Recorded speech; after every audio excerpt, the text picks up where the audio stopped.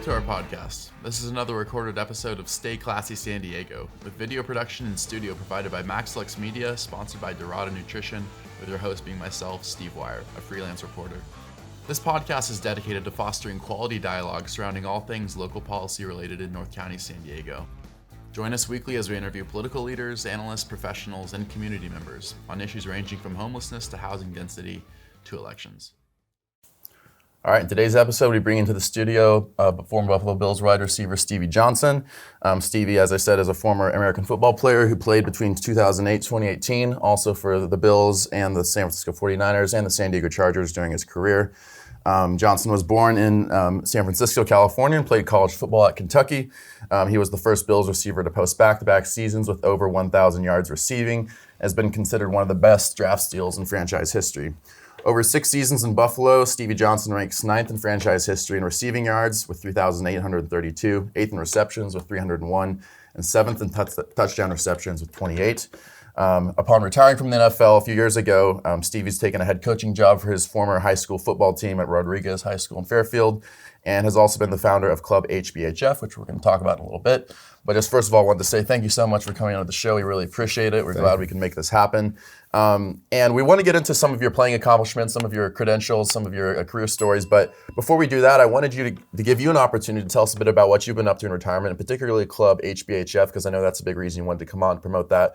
So let's talk a bit about what, for people who aren't familiar, what is Club HBHF? How did you start this, and what is sort of the purpose of the organization? Yeah, first off, thanks, man. Thanks for having me. Absolutely. Thanks for having me out here in Encinitas. It looks real peaceful and calm here, man. It's a good place to be. It reminded me of Kentucky where I went to college. Yeah. When I came in, I seen the white gates, the white fences, and then I kept driving through, and it's like it's golf courses instead of Kentucky. It's the horses, bluegrass.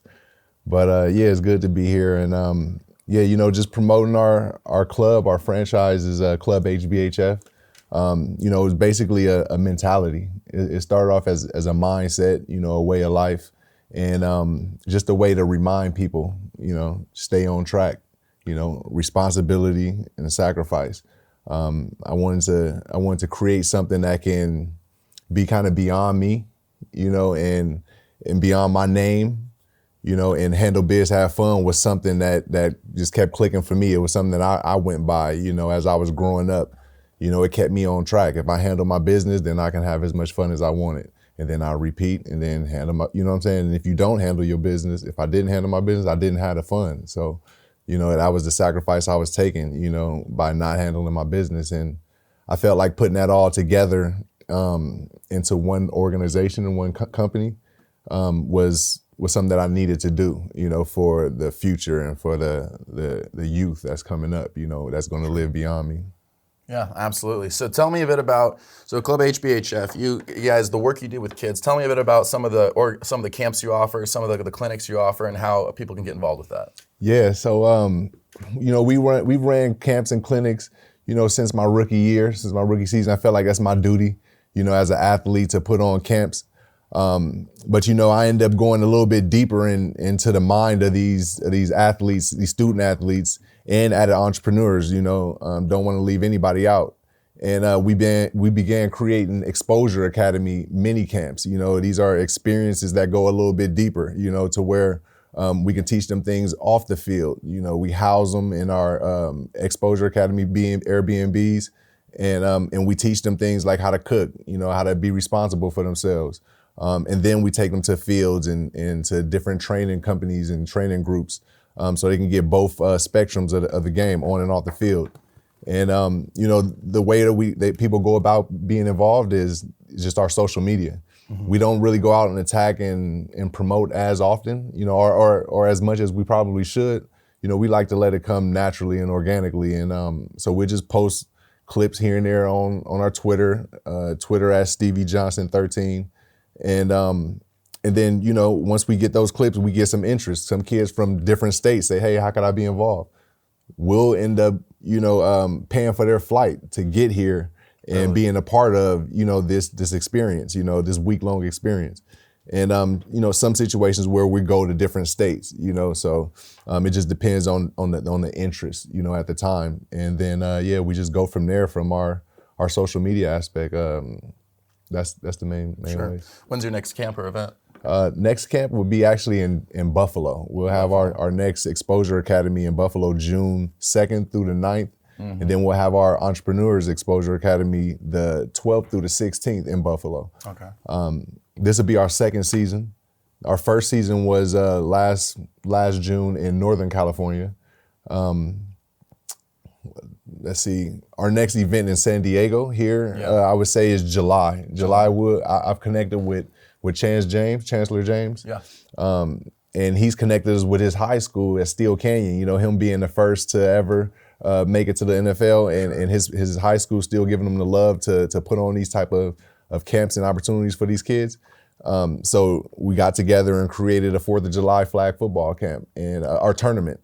And you can log on at support@hbhf.club, and you can register your team and be prepared to come out and show your skills. Absolutely, love to hear it. Well, the thing I wanted to mention is for people who don't know, and that's probably most for our audience, the way that we got involved with this podcast to begin with was that I met you at a House of Pancakes clinic, which we talked about a couple weeks ago in an episode with Corey Legit, former Chargers defensive tackle, who came onto the show and promoted the House of Pancakes program for our offensive and defensive linemen, connecting youth to sports in the community, and which has become really taking off in San Diego. And that's how we actually got connected, and that's how we ended up on this podcast today. So can you tell me a little bit more about how else you've been involved with youth sports since your retirement, and why this is such an important cause to you in terms of connecting youth in the community to sports and to be able to have youth looking up to athletes such as yourself as role models? Yeah, I felt like it all started in the when COVID hit. Yeah. When COVID hit, I just sat back and understood or saw how lives changed. And I was cool. I was still chilling. And that all happened because of that HBHF mindset I had earlier. And then the sports, taking advantage of the sports that I had the gift of being able to possess. And so I felt like once that COVID hit, that kind of woke me up to go out and help more and do more. So, being able to play for the San Diego Chargers, I met people like Corey, like-minded individuals. And, that kind of led me to going to his camps and supporting him, which ended up leading me to you, and now it's leading us here, So just little steps, just taking little steps and identifying who's, on that same wave in a sense, and that's how me and Corey kind of linked, and we just been doing our part in the community since then. Absolutely. Well, can you tell me a little bit about, in San Diego specifically, because I know you run camps all over the country, but in San Diego specifically, how have you sort of taken on a role as a community leader in things like philanthropy and things like charity work outside of the football field since retirement, and sort of how you see yourself integrated into the community? Yeah, that's actually a great question, and to be honest, I haven't been doing much in San Diego. I've just been utilizing San Diego as home for the family, just staying low. But when I met Chance James, and he kind of opened my mind to doing a little more. Hey, maybe we should expand your Exposure Academy here. I wanted to keep San Diego low key where I don't have to do much. But once again, it just got me back into the mindset like you got to do more. You really can't take a break. Every kid really need an opportunity. If they can meet you or do some things, then, why not provide that? And then you have a partner and chance to help you. So, we're going to end up creating the Exposure Academy experience to where we'll be able to take kids and take them to, college visits, take them to different training facilities. It'll be like a mini symposium, but without having to stay overnight. So I felt like that'd be something that'd be cool for this area, because there's tons of athletes, so many athletes here in San Diego. And I feel like we can just utilize this and create this club membership or like a Spark program where they can join us on a weekly or monthly basis. And we'll go visit schools, and like I said, and visit trainers, and then, do something fun. It's like a handle biz, have fun type thing. So that'll be starting up. I don't want to jump the gun too soon because we'll be filming a lot this summer. So maybe like towards the end of the year, if we can get things right and situated. Well, whenever that happens, we'll bring you on again. But Yes. one thing I wanted to mention is that you did some coaching after retirement also for Rodriguez High School up in Fairfield, which is near where you're from, correct me if I'm wrong. And I wanted you to have a chance to talk about like that experience coaching and whether you see yourself getting back into coaching at some point down the line. Yeah, so my time there at Rodriguez, I felt like it had to happen. You know, me being like, just like Chance being the first at his high school, I was the first at my high school to make it. So going back to coach them, I think it was like it was like an obligation for me, and I definitely wanted to do it though. It taught me a lot. It taught me how to, you know, handle our Exposure Academy now, because it was essentially the same as that, because it kind of started before or a little bit after, I believe, the COVID really hit. And it was about 16 kids that I had. You know, we didn't even have a full team. And we didn't know if we was gonna have games or a season. So I was basically housing a lot of these kids with me, you know, while we was doing training and camps and things like that. We weren't supposed to, but you know, man, come on now. Everybody been through a little bit. Yeah, you know, come on.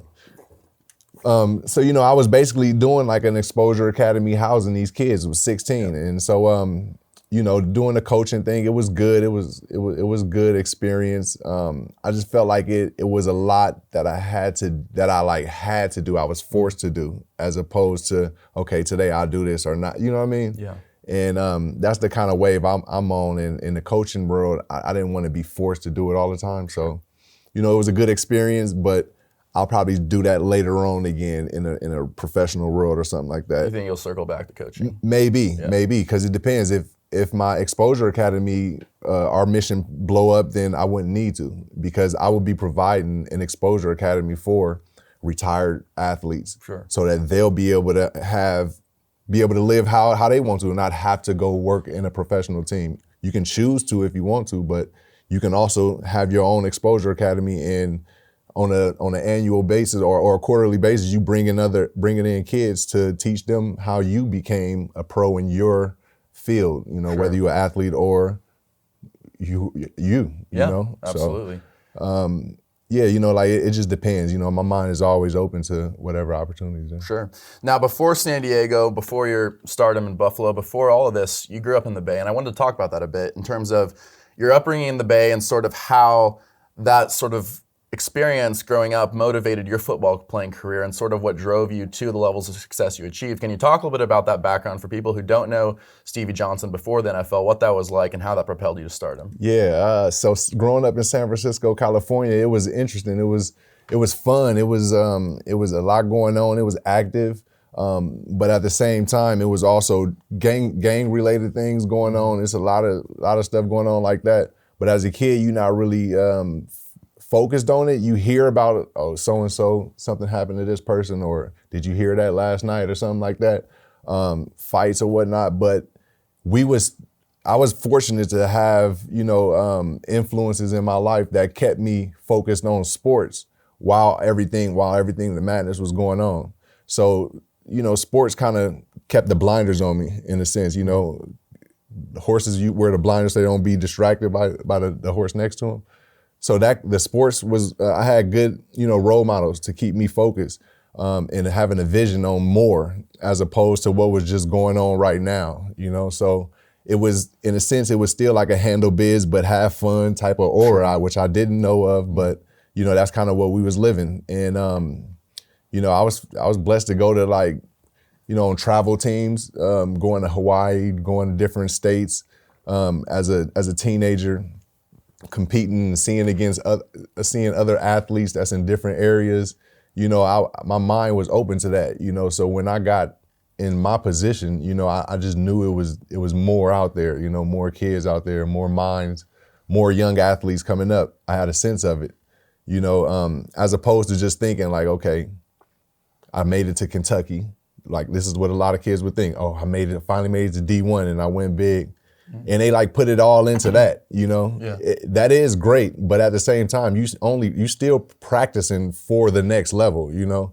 And I think a lot of kids are different now. Their mentality is different now, you know. But which is a, you know, applause to us, you know, being able to be out there and speak more and mentor more.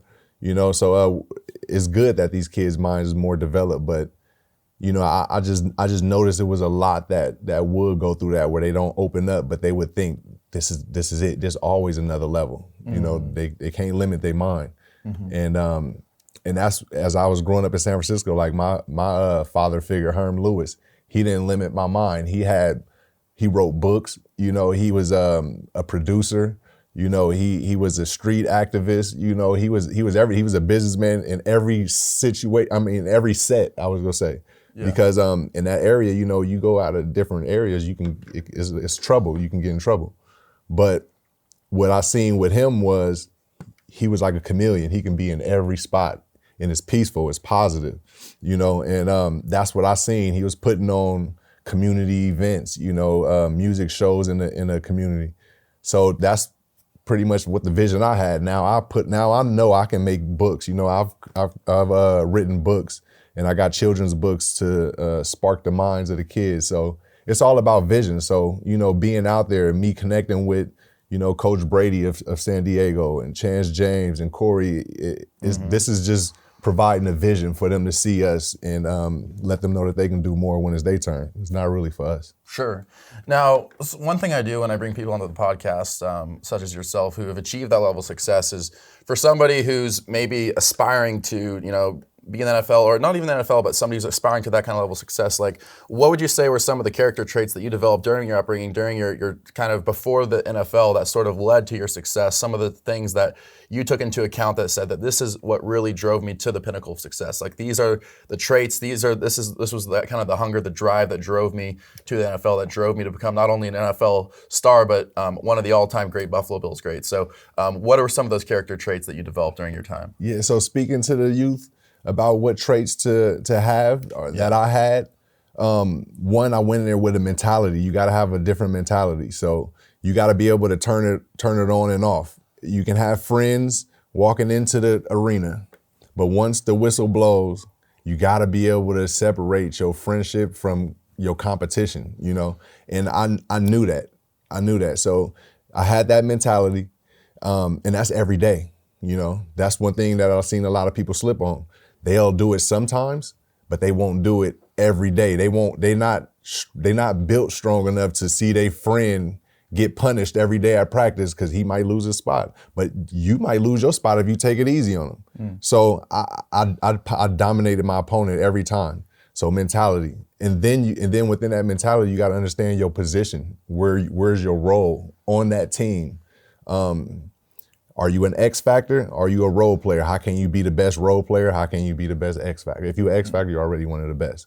So identify where you are and then go be the best at that. To take it further for kids that's listening, if you're a special teams player, you don't get to play the skill position. You got to be the best at special teams. Bring the energy. Bring the crowd involved. Go out there and be a missile. That may elevate you to another level. So, and then along with that mentality, you got to understand there's always another level you can get to. And I always thought that, like, when I was in not Pop Warner, I wasn't thinking about it. I was just scoring. But when I got to high school, it was like, okay, dang, after this level, what's after high school? This college. Okay, so I got to go hard here. And then there's another level I may have to go to. I had that vision of there's more, So I would say those are the main, it's only two. Well, I guess that was only one, mentality and how to identify, your role. And that'll take you where you need to go. The rest is, just sharpening your skills, like, the obvious things, going to practice, going hard, watching film stuff. But, really that mentality, that's what a lot of the kids is missing. And within that mentality of dominating your opponent, you got to be physical, sure. And a lot of kids, they're not gonna be as physical, sure. Yeah, well, it's interesting because like I've met you, I've met Corey, and I know a couple other guys in the pro athlete world, and it seems like the perception I get is that there's this tremendous level of success you see on the surface, but it's just so often that we forget the work that goes on behind the scenes that led to that point. Mm-hmm. And just from talking to you, from talking to Corey, talking to the other guys, I know that there's an incredible amount of work ethic that goes on behind the scenes. Tell me about some of the most hardworking players that you worked with, some of the people that influenced you, some of the people that mentored you to give you the work ethic that you had that carried over into the NFL. Okay, to start it off, when I first came in, Lee Evans was our veteran receiver, and he was one who worked hard, but he was always quiet. Mm-hmm. And I can relate to that because I'm really quiet also. I don't really like talking, so I just observed how he moved.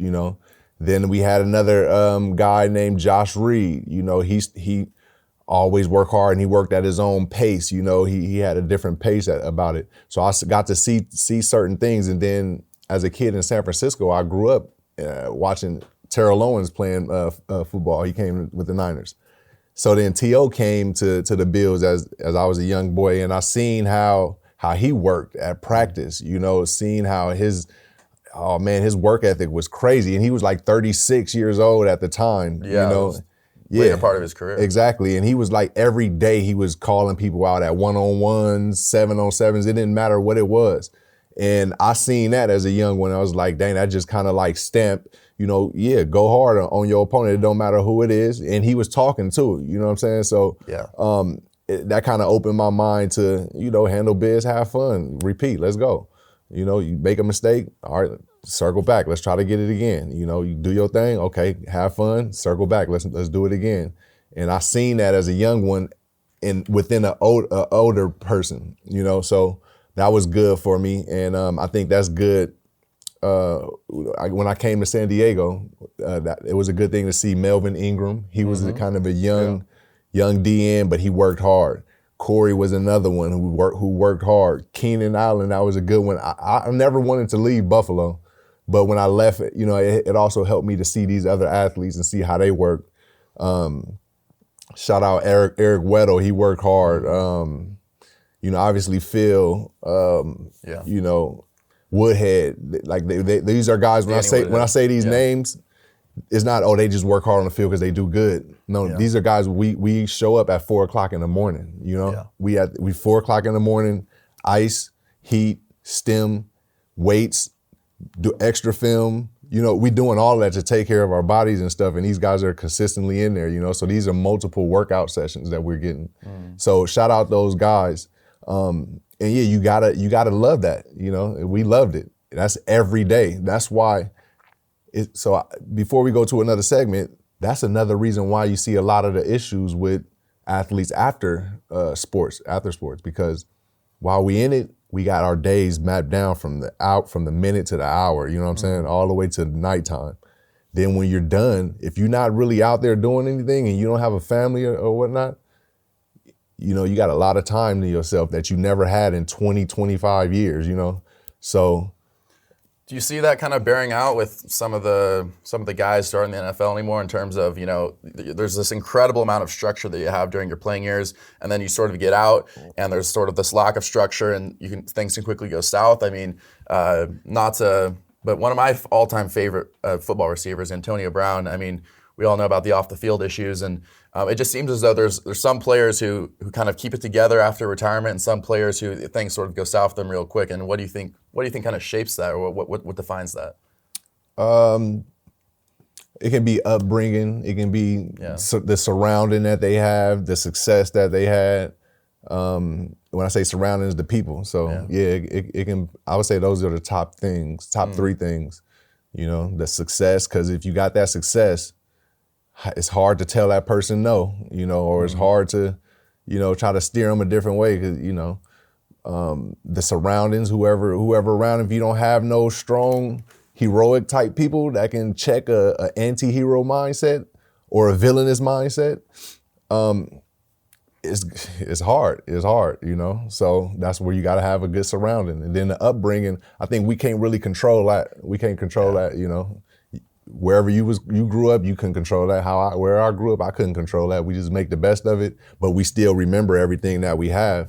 And then it's on us to either, I guess, show it or learn from it or utilize it, however we do, But, however we do, it kind of depends on those other two things, especially with that success. Yeah. Hey there, San Diego. If you're on the hunt for a way to enhance your health, I have a great recommendation for you. Dorado Nutrition is a company that's all about helping people live their best lives through top-notch American-made supplements. Their expert team has crafted products to support a variety of health needs, from weight management to muscle building and more. And with ingredients like Vidosia agrestis and Tongkat Ali, praised by a well-known neurobiologist seen on the Joe Rogan podcast, these supplements could be just what you need to reach your health goals. And for a limited time, you can get 25% off your purchase by using promo code SD2023 at checkout. So if you're looking for a way to improve your health, Dorado Nutrition might just be the solution you need. Well, I wanted to ask a couple fun questions too. I mean, we talked about sort of post-retirement, but specifically during your time on the field, I mean, we listed off some of your accomplishments at the beginning. The fact that you were the first Bills receiver to post back-to-back seasons with over 1,000 with 1,000 yards receiving. That'd be dope, 100,000. No, not quite. But just some of the accomplishments that you made professionally. But out of everything that you did on the field, is there a particular accomplishment, maybe a game, maybe a season that stands out to you that you're most proud of in your mind? Something that to you, you're like, you look back in your career and like, that's what really made it all worth it. Yeah, actually, and it just happened like a few days ago. So it's interesting as you bring that up right now. And I didn't notice it, but the fan interaction, the player-fan interaction. When I first got to Buffalo, there was none of that at all. It was none of that at all. Mm-hmm. It was literally players on the field, fans in the stands, and when I got there, I'm like, yo, I worked hard to get here, yo. Like, I worked hard to get here. I'm not about to just be on the field doing that. And, I was them. I was in the nosebleeds, So when I seen one of our players make a play and he got up and he was doing his thing on the field, then he went back to the huddle and I looked and I'm like, no connection to the fans though. Okay, when I get in, I'm gonna make a play and I'm gonna connect with the fans. And I also utilize that so I can stay on the team because I knew if you got the fans, which you got 100,000 people in the stands, they got a word, and they flooded the message boards when I got my opportunity, and that kind of helped me. I mean, that kind of made me like the first to interact with the fans and create this Bills Mafia aura. And they've been with me. That's why I do everything with Buffalo, because they've been with me through the ups and the downs, We started a Mafia when we connected like that, and then I had a bad game, and I thought they was gonna be done with me after a Pittsburgh game. But they were still with me. They would still have my back, and that was like family right there. So I always show love to Bills Mafia, and I'm proud to be the first to embrace them like that. Sure. I mean, I did want to bring that up because you, during your time on the field, you were known a few times for your post-touchdown celebrations and just sort of your expressiveness, sort of the passion you brought to the game. Like, where do you think that came from? I mean, some people have it, some people don't. There's sort of the more business-like approach that somebody like Tom Brady brings into the game. But you weren't like that. You were expressive. You celebrated. You had fun. Like, where do you think that came from? It came from Deion Sanders. When I was scared to play football. I didn't want to play football, but when they said, hey, go play with your friends and stuff and toss the ball out there and they see you making moves, they're like, okay, he got it. So when they was like, okay, we go sign you up for football, I'm like, oh man. And then I say, okay, well, let me look at somebody. Who can I look at? And I seen a guy doing on the field, high stepping, and Primetime Sanders, I'm like, dang, he look clean too. He looking fresh out there. He dancing. He's scoring touchdowns, you know what I'm saying? He ain't just doing it, and he ain't got the ball in his hand and he ain't doing nothing, So I'm like, okay, he make it look fun. And then, me being in San Francisco, he ended up coming to San Francisco. They had T.O. also. They had Rice, because Rice was a professional like that. He not doing too much crazy stuff. But when T.O. came and he scored a touchdown, he did the bank head bounce, get the cheerleading. It just seemed better to me, you know? Like, it just seemed better. That's the way to do it. Yeah, I had nothing against the Rice way, but I was more attracted to that. And so when I got in my Pop Warner games, I'm doing a high step. You know, when I got to my score of touchdowns, certain times though, it wasn't like if we was losing, I didn't have no celebrations. You know what I'm saying? Except the Why So Serious one. You know, it was a lot based around that. Tell people about that real quick. Yeah. I mean, the Why So Serious. So that was the game against Terrell Owens and Chad Ochocinco, two of my favorite receivers, and they both was celebration kings. You feel me? So, you know, with them calling themselves Batman and Robin, I wanted to come in and let's have some fun. I'm gonna be the Joker, you know. Mm-hmm. So we was down like 21 points. So usually I'm not doing nothing, no celebration, nothing like that. But this is against these guys. I don't know, I had something in me, and I lifted up the Why So Serious, and like the team kind of stomach, right? It was written on my shirt, yeah. And we came and played spoilers, man. The team didn't know I was gonna do it. But then when they seen it, they kind of, I guess, they felt the energy. They felt the energy from it, and we came back, and it was a epic game for us. And you know, that kind of started the whole. Okay, he does celebrations. Sure. You know? But was it worth the fine? Be honest. Yeah. It's not worth. Nothing is worth. We just having fun. We doing all that work to get paid. We shouldn't be fined for that at all. You know, it wasn't disrespectful at all. No. Yeah. So. It don't matter. You know, when you making that kind of money, you ain't tripping off of the fine. No. But it was definitely ridiculous that you got fined for something like that. Do you feel like the game's going to evolve to the point where we're kind of beyond that, where people can express themselves without being worried about petty fines and stuff like that? Yeah, I think we there now, which is good. You know, like it's been dang near a decade since I've been out. And yeah, man, like I think we there now. They letting the guys celebrate as a team. It's still not disrespectful, like nothing. Okay, I did the gun thing with the Plexico Burrs. Yeah, Plexico Burrs. Kind of disrespectful, yes, no. I would say no because he was back signed, he was athletic, he was scoring touchdowns still. So, you know, if he wasn't doing any of that, then I would never have done anything like that. You know what I'm saying? So I don't deem it disrespectful. You feel me? But yeah, like I don't think we should be flagged for scoring touchdowns and having fun with our teammates at all. Yeah, and it seems like that's the direction we're moving now. I mean, the celebrations are getting more and more demonstrative, and that seems to be good for the sport. Seems to be good for the fans are into it, people are into it, the players are into it. Now, I did want to talk about sort of the way the game's evolving in terms of, you know, this last Super Bowl, for instance, there were a few controversial calls towards the end, some penalties that sort of changed the outcome of the game. And it seems like we've been moving in a direction the last 10, 15 years, correct me if I'm wrong, where the league is evolving in a more offense-friendly way. You know, the way that games are being called, the way that penalties are being called, you know, whether it's pass interference, whether it's roughing the passer, that sort of the game is moving in a different direction. You know, the helmet-to-helmet hits have been cracked down upon since I grew up, you know, watching people like James Harrison laying guys out. Now it's like, you know, you put your helmet into somebody, that's a fine, that's an ejection. So just the way the game's evolved, the way that the pendulum has swung, do you feel like it's a much different game than when you first entered the NFL? And do you think this is a good thing for the league? Yeah, to be honest, I think it's good. Yeah. You know, I think it's good that they taking care of players. Yeah. You know, because the head-to-head helmets are hits. They not being seen as often, and they being frowned upon. Mm-hmm. But when you see the defensive player get up and he woozy, then you see the offensive player woozy, you know what I'm saying? It's like you don't really want to see that in them, you know. You know, as a player, we don't like to see other players hurt, you know. And back in the day, even before I was playing, sometimes coaches was telling them to go do that, you know, really? Go out there and get people out like that.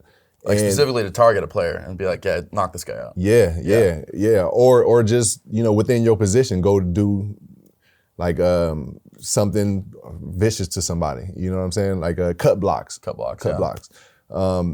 Because cut block, because if you don't, you gonna have to run, you go get fined and this and that. So you kind of wired to just do that.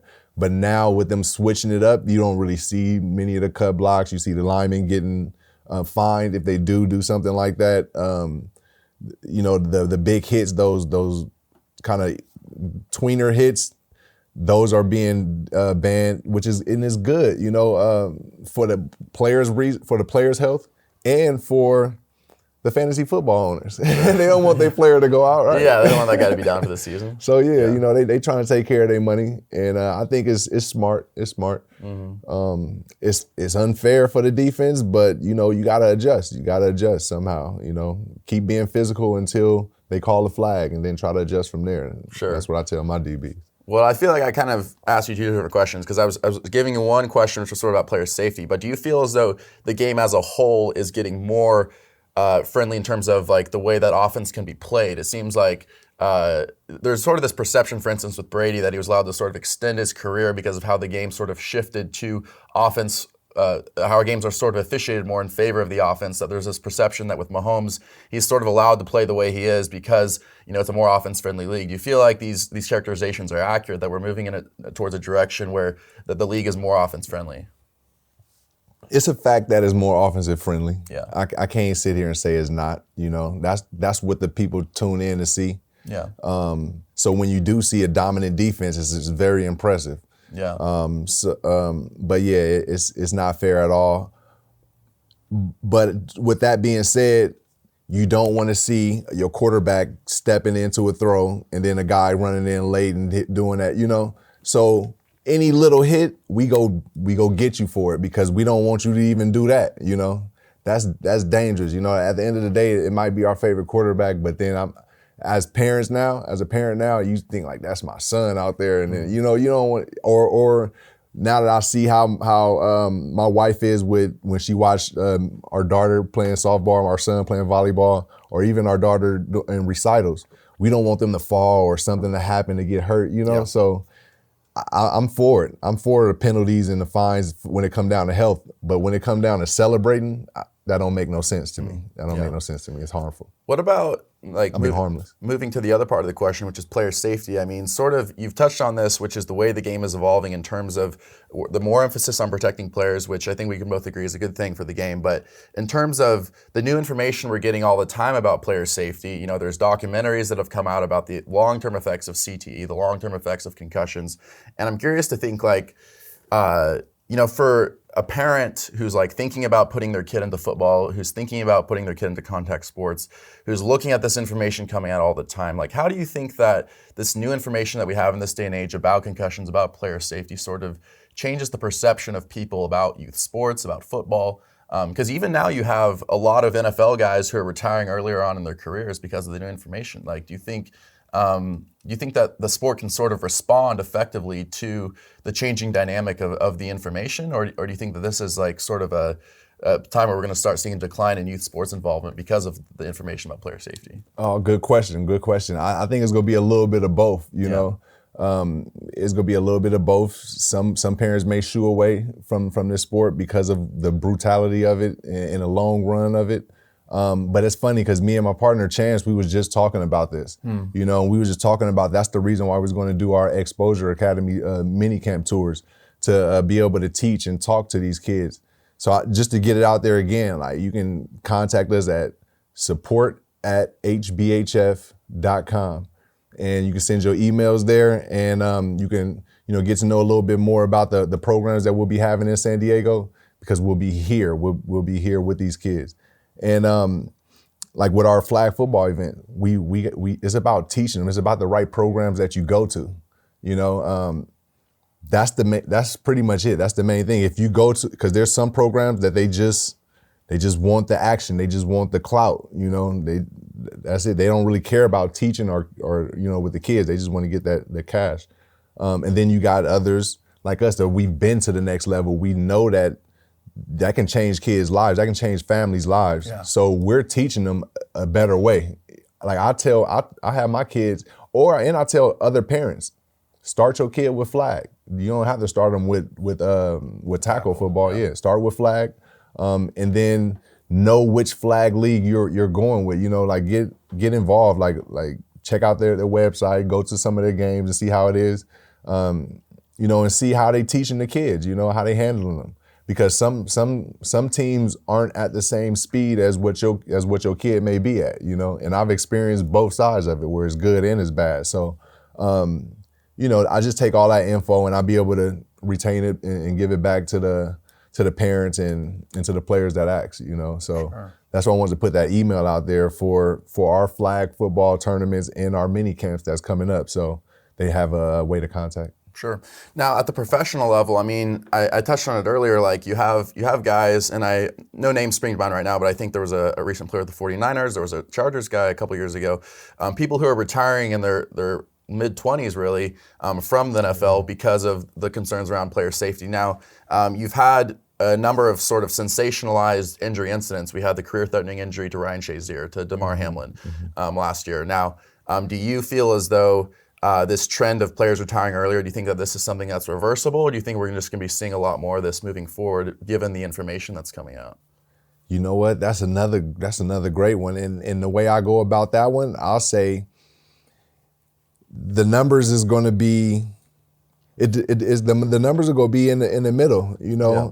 I don't know if it'll all be because of injuries though. I would say entrepreneurial skills. We see a lot of the YouTubers and influencers, a lot of athletes go to make it to the NFL early, get a few checks, and then they invested in their influencer role, so that may be another rise in athletes turning over into the influencer world.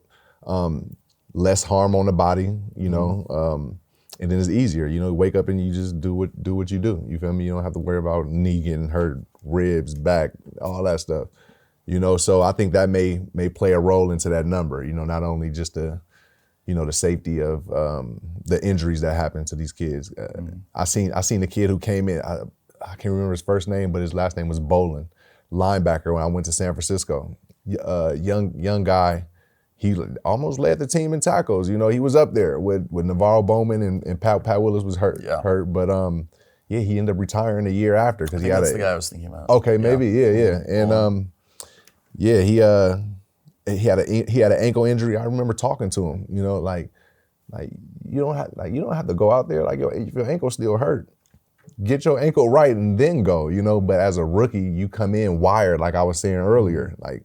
When you got coaches back in the day, they go do this because and we wired to go do it, and I think he fell victim to something like that where he didn't know he had as much power as he had, and nowadays athletes understand the power that they have, that kind of give them, the rights to, I'm gonna take 2 or 3 years here and then I'm gonna go to the influencer role. I don't need this no more, Fair enough. Yeah. Do you feel like, so you had some injuries in your own career. You had the meniscus injury, I believe, during your time at the Chargers, sort of towards the tail end of your career. Now, do you, as far as the culture of injuries surrounding the NFL, do you feel like that's changing in terms of when you were injured, I'm sure that there were times, or maybe not, but were there times where you had to play injured, where you felt pressure to play injured? Like, did that sort of impact your career at all? And do you feel like the culture of the pressure of playing through injury has sort of evolved in the NFL as well?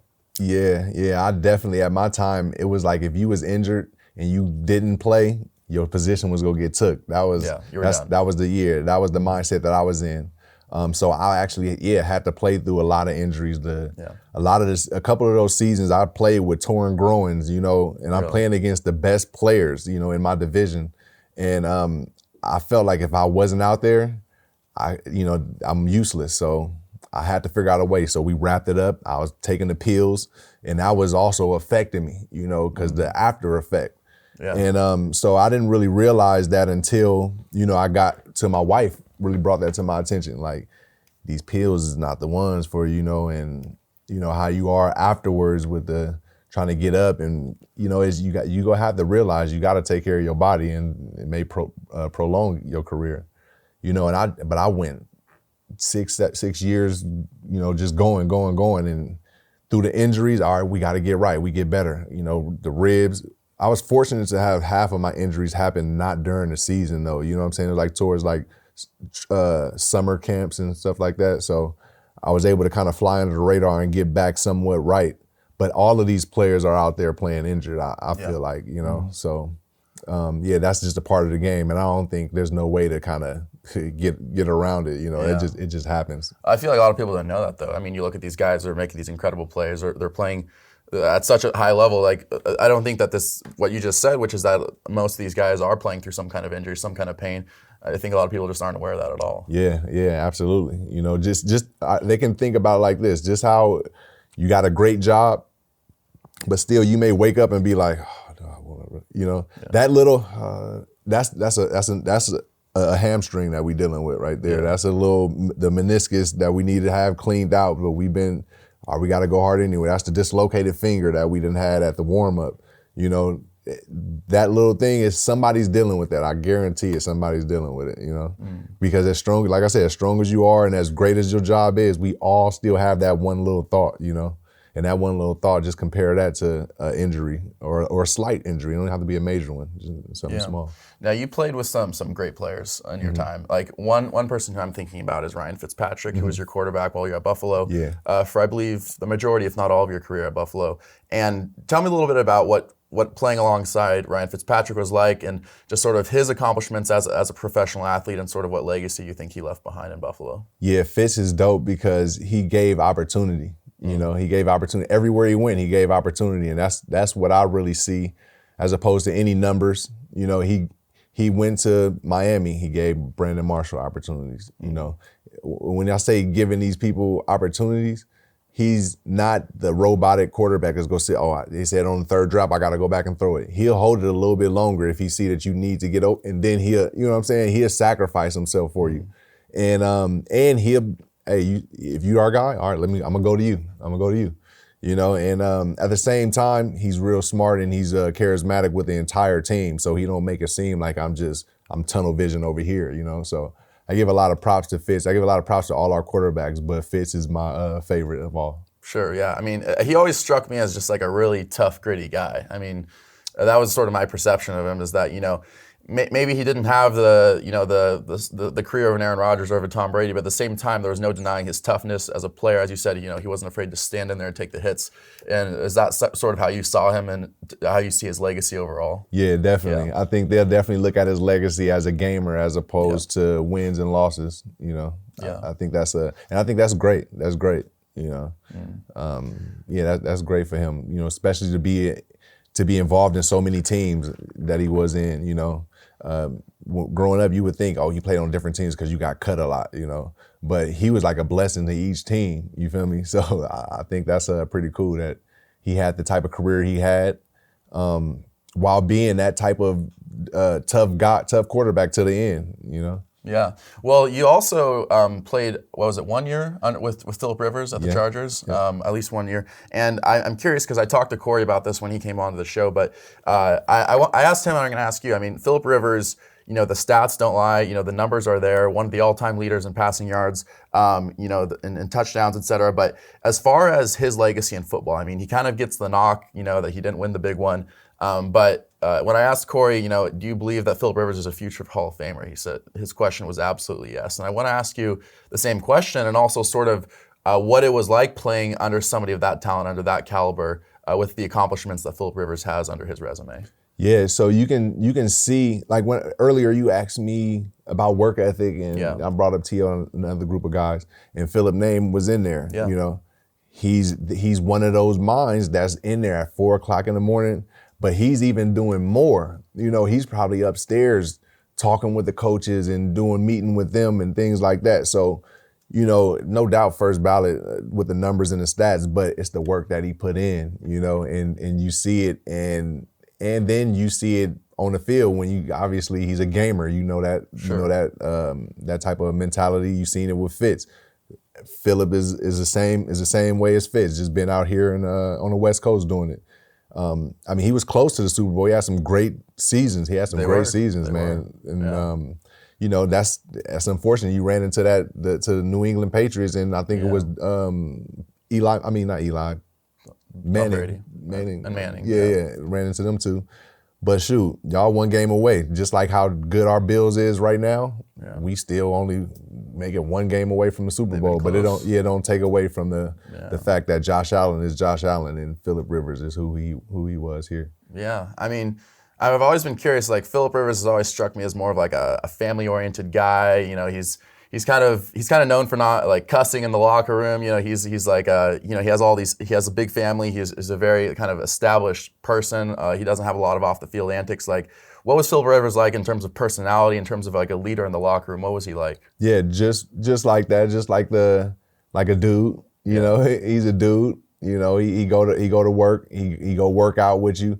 It ain't like super. Oh, hey, professional, what's up? Hey, then you don't hear from him because he's who he is. You know, he's out there in the middle of the locker room. You know, talking. He probably on the right side. He probably over here. He probably in his area. He might be playing cards with D-line, with Corey and him. You know, so like, and then, all right, we got meet. Oh, hey guys, we got meetings. He letting everybody know we got meetings in 5 minutes or 10 minutes. You know, he taking care of everything. He like the ultimate dude. You know, and then you go into the meeting rooms and he might be leading the meeting. You know, or he just back there doing what he do. And then once you done, you know, he with his family. He with his fam, and you see that, and you don't really want to bother that part because you know he has a big family, and you see what he do all day with us from 4 o'clock up until we out the building. So you just appreciate the work and the hustle. Sure. You played with so many people, and we've talked about a few of them in terms of, you know, Philip Rivers, Ryan Fitzpatrick, Lee Evans. I believe you played with Sammy Watkins as well, correct me if I'm wrong. No. So I could have played with Sammy, but then they brought in Mike Williams and Sammy. Yeah. We drafted Robert Woods. We had a young new core. And that's when I went to San Francisco, and I got to play with those guys out there. Yeah. So out of everybody, I mean, I'm not going to ask you to pick a favorite teammate, but is there somebody in your mind that you stand out where, like, that person was so much fun to play with, that person, like, you know, in terms of just their pure in the locker room presence, like, who would that be? I mean, it was a few, but like all my Buffalo Bills friends are cool. I made real good friends with Michael Crabtree. And we've been creating a lot, and we're going to do more in the future. But one I want to bring up is Colin Kaepernick. You know, Kaepernick at the time, it was a lot on him. It was a lot of attention and pressure and stuff on him. I wouldn't even say pressure, just a lot of attention on him. And, you know, I appreciated Cap because at that time it was just Hollywood for him around there. And I ran my routes a little bit different. You know, I ran at a different pace. And I just wanted to get on the same page with him. And when I went and asked him, yo, you ready? You want to get some off, you know, some work in, some lab work in?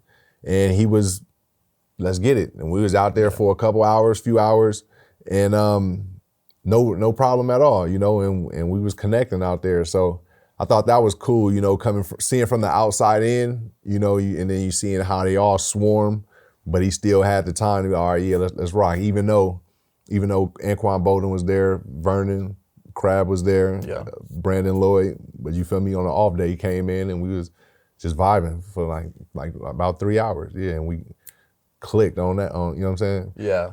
That was good for me because, you know, he had Kasim Osgood, you know, he's a former Charger, you know? So that was one of the homies out there, and him and a few other guys and had their eyes messed up trying to catch the passes from Cap when they turn in late and that laser come in. So I was like, I'm not trying to have that. So when he was like, yeah, let's do it, let's rock, that kind of made me feel real good, you know what I'm saying? Because I was not trying to go out like that. You know? No, not at all. Now, you brought it up, so I want to talk about this for a second. Kaepernick, you know, he led the 49ers to the one Super Bowl appearance. There's been this perception that he's been sort of blacklisted from the NFL for the past several years, and I think we all know why. And I want to give you a chance to talk about that. Do you believe as though that perception of him as sort of being blacklisted, pushed out of the NFL is accurate, and like, why do you think that is? Yeah, I'm not heavy into it, but I mean, do I think he should have been in the NFL still? Yeah, I think so. So is he out for specific reasons? Obviously. But my take, I don't know. Yeah. I don't know, to be honest. Like, that's like a celebration thing, you know? It's like a celebration thing to me. You know, he wasn't, you know, I don't know. I don't know, man. I mean, it's one of those things where you almost get the feeling that sort of the off-the-field presence, the activism, the social justice issues he was involved in sort of bled into his playing career. And there's the thought that, you know, he would still be in the league had he not taken the stand that he did. And it sounds like you would sort of agree with that. Yeah. Good way to put it. Good way to put it. So yeah, I agree with you on that. Yeah. You know, I agree with you on that. So like again, if he want to do the activism stuff and he out there, that's cool. Let that be that, and he can still go play the game. I think he got the game taken away from him because of what he was doing out here. You know, and what he was doing he wasn't even killing nobody. He wasn't selling no drugs. You know, he wasn't doing none of that. He wasn't even. I don't even think he was talking down on anybody. He just did a gesture or a stature or whatever, pose. And so yeah, you know, I think that's unfair. But that was his decision, I think, ultimately, you know. So I can't say I feel sorry for him like that. You know, that's my homie and all, but I can't say I feel sorry for him. You know, he knew what he was doing, and that's his decision. So that's good. You know, you made your decision, and you knew. Obviously, he knew what may have happened if he kept going on with it, and he made his decision. And that's you got to be comfortable in your decision. Sure. As far as what Kaepernick did, and just to be clear for people who aren't familiar with the context, you know, it all started when he started kneeling during the national anthem during some of his last seasons with the 49ers. And the controversy that stemmed from that, I think it's also relevant not just to the NFL, but to professional sports in general, which is professional athletes using their platform to advance causes, whether it's social justice, whether it's a political cause, whether it's charity. And sort of the idea that players should shut up and play is something that I've personally never agreed with, because I think, you know, at the end of the day, these people are human beings. You know, if they want to promote something, let them promote it. Like, what's your take there? How do you see, like, sort of the platform that athletes are using to advance causes? Is this a positive trend that we're seeing more activism, more involvement in social justice, or what's your take there? Yeah, absolutely. I like it. I like it. As a matter of fact, you know, it gives people their freedom to speak. You know, and most of it is to help. You know, a lot of it isn't negative. Like even with the Kaepernick one, you got to think about it. It was a time where brutality was going on. Like, it was heavy at that time. Like now you see these mass shootings. So maybe we need to do something else with that. How can we do something? We don't know, except athletes coming out with a charity for it. You know, his charity was showing that. You know, so you know that'll also tie into, like we said, using the athletes will leave the league earlier because they'll get their money and then they'll build their influence and then they'll leave from this, you know, because they don't want to have to go through the extra or getting dragged like Kaepernick did. So I mean, at the end of the day though, I still like it because it still gives the player an opportunity to create something. You know, most times they want to create more and more millionaires from their neighborhood. Like that's my whole mindset. Wherever I go, I want to create more millionaires. You know, I went to Kentucky. I want to go out to establish something in Kentucky. Here now, I'm opening up. Thank you for this time. You know, linking with Chance James is huge. You know, another like-minded guy with Corey that was big going out to Mar Vista. And seeing that crowd that he had there, the She-Rocks, they got girls playing football. You know, it's great to see. So this is what it's about, and that's all from having that platform. Sure. Now, in our closing minutes, I wanted to talk a little bit about the current NFL teams that we have. So you played mainly for the Bills and Chargers. So I wanted to talk about the current generation of stars that we have now in Buffalo. So you have Josh Allen, who's been absolutely phenomenal in the past few years. You know, you have Stephon Diggs, you have Gabe Davis, you have star-studded talent. Bills offense. You know, last year they fell a little short of the Super Bowl. But sort of what are your thoughts on sort of the current state of the Buffalo Bills organization, how they've sort of turned it around? You know, for a long time, they were sort of the younger brother of the New England Patriots for so long, and they've sort of flipped it around. They're on top of the division. Sort of how do you see this team playing out in the next few years? Do you see them winning the big one? So I'm not going to answer no more if we go win the Super Bowls. Last year, I went on NFL Network and everything and said, yeah, Super Bowl all day. Sure. And then we got hit by injury bug, you know.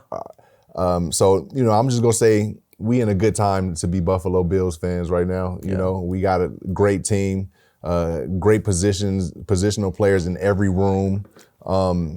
The management, the community, and the team is all on one page. You know, what more can you ask for except is a Super Bowl? But, you know, it's tough to get, as you've seen. I think it's been 3 or 4 years now. We right there and didn't get it, you know. So it's impressive. Can't take away from the amazing season that they've been having.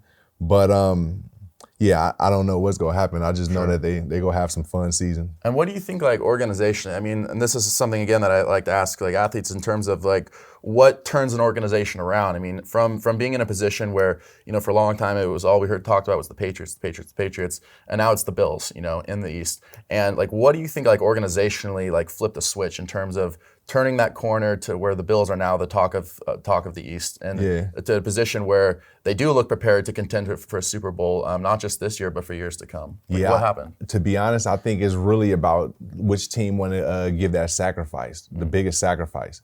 And think about with the New England Patriots. When I went there and took a visit, I was like, oh dang, that's why they winning like this. Yeah. Okay, and this is what they sacrifice was. Nobody was trying to control the offense. Like, the coach wasn't trying to control the offense. He understood that Brady, he's good enough, and what's going on the field. You know the moving pieces. Let's keep it simple, Brady. What do you see out there? Let him go out there. And for all those years, he was able to just go out there and, all right, if he playing off, we throwing it to the hitch. We going underneath. And then obviously they built a good team. 2 tight ends. Now everybody's starting to do the 2 tight ends. 2 tight ends, one shifty underneath, one can go over top. It was easy, but it wasn't a coach trying to call every play. It was, all right, Brady, we got these couple plays up there.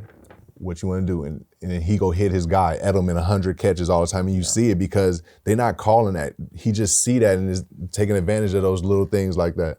And that's a big sacrifice because when you got an organization that's trying to get to the Super Bowl, you kind of want to be the person in control, and sometimes you don't have that cohesiveness that you need from a coaching and players standpoint. You don't really think about the community at this time, but the coaches and the players, you got to have that connection. And that's why I say just having this team in Buffalo now, just be appreciative of these seasons because you got pretty much everything right now on track. And like I was saying with Brady, like, you see the success in it because when you go there, you understand they kept it so simple, but they sacrificed a lot by not they was nameless in the back, but giving him a lot of the, authority to do what he wanted to. And that's big, letting your guys go out and go and just building the pieces around it. That was a trifecta. The community was with them, the establishment, and the players on the field was connected. So that's a really interesting observation because you said that everybody sort of steps back and sort of lets the system play out. People let the structure do its thing. Do you feel like that's not the case in every locker room? Because sometimes it seems as though you have a dynamic collection of stars, but you don't get the result at the end of the day. So does it sort of come down more to sort of structure and management on the back end than it does to like talent on the field? Yeah. A lot of times it does. Most times it won't seem like it because when you got a lot of talent, you go do good and it's gonna look good. But when you get to like the playoffs and stuff like that, and things, it's like more that comes with it. Like, maybe it's more meetings off the field that we should have had. Maybe we didn't really know our roles, and I feel sometimes I didn't know my role. And it took a minute to be like, okay, dang, that's where I'm supposed to be at. I shouldn't be thinking about why I'm not here. You know what I'm saying? So it's like we also got like a lot of benefits being in the NFL, and one of our benefits was having the Blue Angels come in and speak with us and have a little workshop. And one of the main things that they said was to be as good and precise as they are is because every day they debrief. They sit at the table and they debrief everything, whether it's good or bad, mainly if it's something off. They wasn't afraid of that.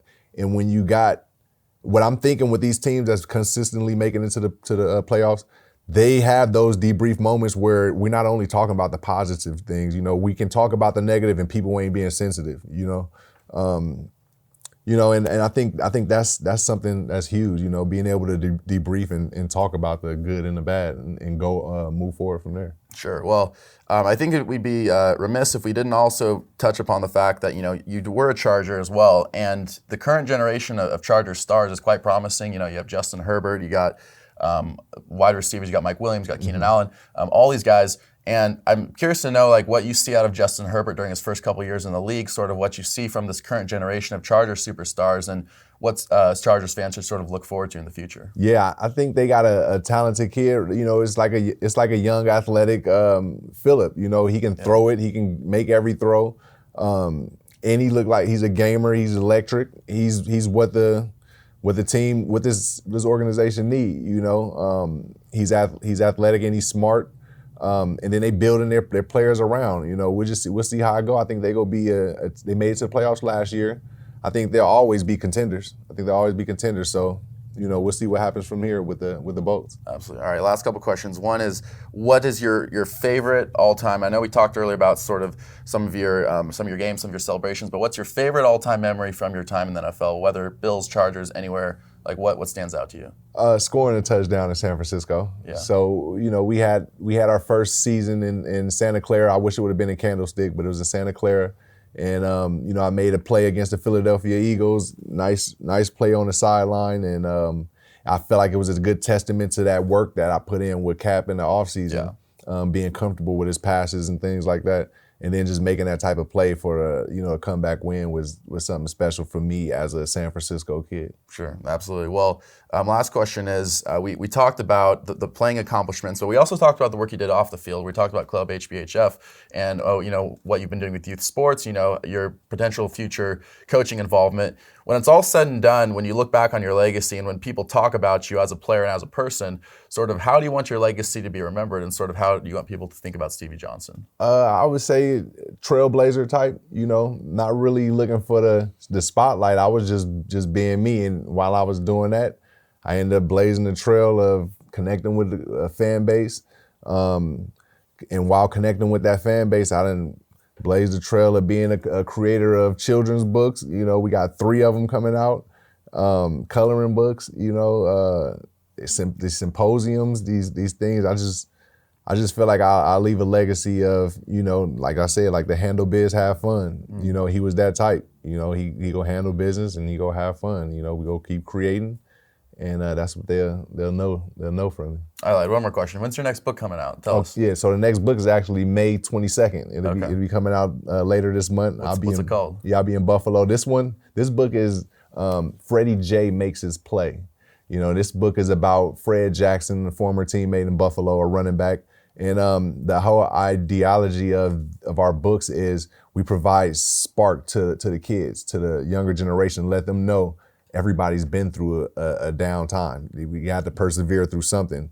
And Fred's story was about, him being too small, not being fast enough, him not being drafted, and him continuously persevering and still working out, eating right, and keeping a positive mindset. And when we go through a whole story of it for Freddie J's journey to making it all the way as a captain and a leader in the community in Buffalo. So I'm looking forward to that one to come out later on this month. That's awesome. Well, I'm definitely going to check that out myself. And one more time, tell people what's the website again that we can reach Club HBHF at? Yeah, so the website for Club HBHF is hbhfclub.com. hbhfclub.com. And if you'd like to find the children's books, you can tap into imaginewepublishers.com. And you can see our Visions coloring book and our first one, which is mine, is There's Always a Way with Stevie J and Freddie J later on this month. Well, I certainly look forward to keeping track of what you're doing with the club. And also, let's make it around too at some point on this podcast in the future. But really appreciate having you today. I really enjoyed talking about things on the field, off the field, and I absolutely hope we can make it a second time. So absolutely. Thank you. Absolutely. Appreciate it. All right, thanks. All right, guys, that's a wrap. This has been another recorded episode of Stay Classy San Diego with your host, Steve Wire. Thanks again to our sponsors, MaxLux Media at maxluxmedia.com and Dorado Nutrition at doradonutrition.com. And thanks to all of our listeners for tuning into the show. See you next time. Stay classy, San Diego.